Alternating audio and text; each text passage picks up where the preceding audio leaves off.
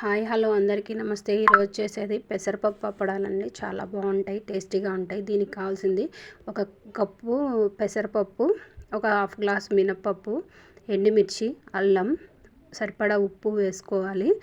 దీన్ని ముందుగా పెసరపప్పు ఒక నైట్ నానబెట్టుకొని, మినపప్పు కూడా నానబెట్టుకొని ఎండబెట్టిన తర్వాత పౌడర్ చేసుకోవాలి మిక్సీలో, అయితే గిన్నెకైనా ఇవ్వచ్చు.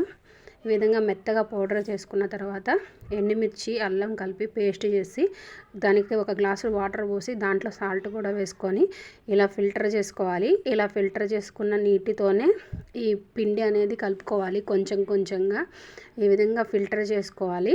ఒక గిన్నె, ఒక గ్లాసులో ఎంత కావలిస్తే అంత, కొంచెం ఎక్కువ పిండి పోసుకుంటే ఎక్కువ. నేను కొంచెమే పిండి తీసుకున్నాను కాబట్టి ఒక గ్లాస్ వాటర్ అనేవి సరిపోతాయి. ఈ విధంగా పిండి పట్టిన తర్వాత దాన్ని కొంచెం కొంచెంగా వేసి కలుపుతూ ఉండాలి. ఎక్కువ ఒక్కసారే కలిపితే పిండి అనేది పలచగా అయిపోతుంది. చూసుకొని కలుపుకోవాలి. ఈ విధంగా కలుపుకున్న తర్వాత దీన్ని ఒక బండ తీసుకొని ఇట్లా ఏదన్నా ఒక మందపాటి ఆ గిన్నెలోనే దంపుకోవటమో, లేకపోతే ఒక పచ్చడి బండ, రోకలు ఉంటుంది కదా, రోకలు పెట్టి కూడా దంచవచ్చు. నేను ఒక చిన్న బండ తీసుకొని దంచుతున్నాను. లేకపోతే అప్పడం అనేది సాగదు.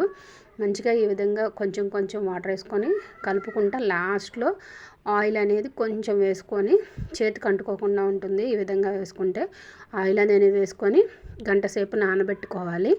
గంటసేపు పక్కన నానబెట్టుకున్న తర్వాత ఈ విధంగా మళ్ళీ దంపుకొని మళ్ళీ మెత్తగా కలుపుకొని సాఫ్ట్గా గోధుమ పిండిలాగా వచ్చేలాగా కలుపుకొని అప్పడాలు ఒత్తుకోవచ్చు. ఈ విధంగా ఒక గంటసేపు మళ్ళీ నానబెట్టుకొని పక్కన పెట్టేస్తే ఆయిల్ వేసి బాగా నానుతుంది పిండి అనేది. ఈ విధంగా చేసుకున్న తర్వాత మళ్ళీ ఒకసారి లాస్ట్లో దంచేసేసి సాఫ్ట్గా మనకు కావాల్సినట్లు రౌండ్గా బిల్లలు చేసుకొని అప్పడాలు అనేది చేసుకోవచ్చు.